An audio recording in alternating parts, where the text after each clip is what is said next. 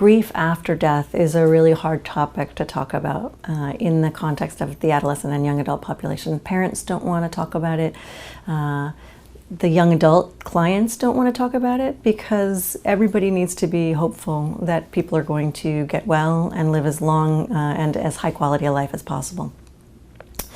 But one of the things I think we don't often do well enough is provide information about what grief actually is, so that if, unfortunately, a person will have to encounter this after a death, that they're prepared to understand what they might experience and what they might go through. So there are some clinical pearls I like to remind people of when we are talking about grief, just for general education and awareness. And the primary thing is that grief is not a linear experience. So grief is not something that just gets better from day one onward in a linear fashion.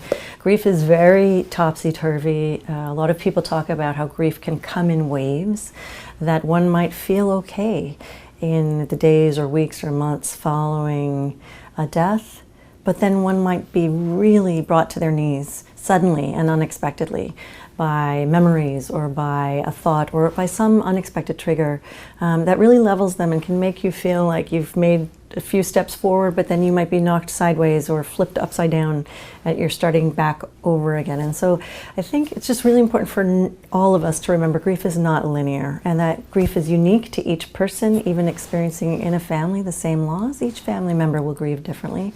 I always try to remind people that we ought not ever to judge another person's grief. So we may grieve the loss of a loved one in a way that is different from one of our family members, and that is okay.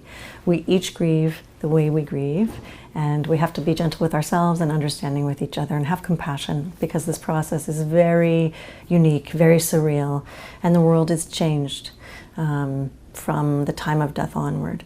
Two other things that I like to remind people of are, one, that grief is for a lifetime. We grieve for a lifetime, the loss of our loved ones and their death. And our culture is not great at understanding that. So there can be quite a bit of cultural pressure to be moving on and getting over it.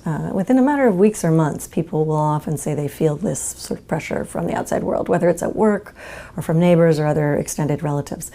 And I always say, no, grief is the homework of a lifetime. And that's not to say we don't learn eventually how to cope and function with this death and this loss as part of our narrative, but that it takes a lot of time for us to integrate the loss, to get our land legs under us, and to understand what our new life is going to look like with the absence of this loved one in it. So it's really important for people to give themselves that time, and that not to apply the pressure of expectation that they need to somehow get over this and that something's wrong with them if they're still having profound emotional responses to the loss of a loved one.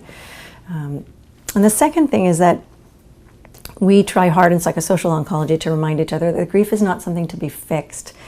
People should not be pushed to get through this or to stop having feelings or emotional responses. Grief has its own clock, it has its own time course, and the wisdom in the body is very, very real. It tends to know what it's doing as it's processing this emotionally and physically.